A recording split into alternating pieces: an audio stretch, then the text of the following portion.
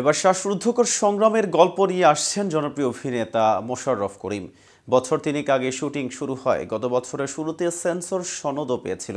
নানা জটিলতায় ফজলুল কবির তুহিনের বিল ডাকিনী সিনেমাটি মুক্তি পায়নি। তবে নতুন বছরের শুরুতেই সিনেমাটি মুক্তির পর খবর দিলেন নির্মাতারা।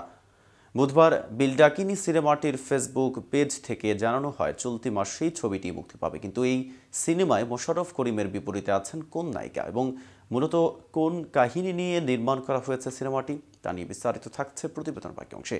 আর কেটিভি শোবিজ চ্যানেল থেকে আপনাদের সাথে আছে আমি মেহেদি হাসান।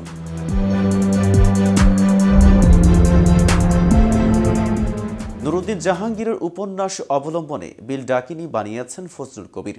প্রযোজনা করেছেন মুমিন খান। সরকারি অনুদানে নির্মিত ছবিতে অভিনয় করেছেন মোশাররফ করিম ও কলকাতার পার্নো মিত্র। এছাড়া ছবিটির অন্যান্য গুরুত্বপূর্ণ চরিত্রে অভিনয় করেছেন শাহনাজ সম্রাট, লুৎফর রহমান জর্জ, শিল্পী সরকার অপু, রশিদ হারুন সহ প্রমুখ। ছবির শুটিং হয়েছে নওগাঁ, প্রতিশ্বর, নাটোর ও বাংলাদেশ কেন্দ্রীয় কারাগারে। সিনেমায় উঠে আসবে নারী শক্তি ও মাতৃত্বের স্বাধীনতার গল্প। বিল ডাকিনীতে মোশাররফ করিম আছেন মানিক মাঝির চরিত্রে।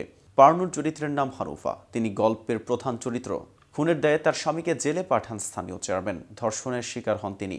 সন্তান সম্ভবা হয়ে পড়লে সমাজে এক ঘরে করে রাখা হয় তাকে। হানুফার পাশে দাঁড়ায় মানিক মাঝি। এরপর কি হয় তা নিয়েই এগিয়েছে গল্পটি।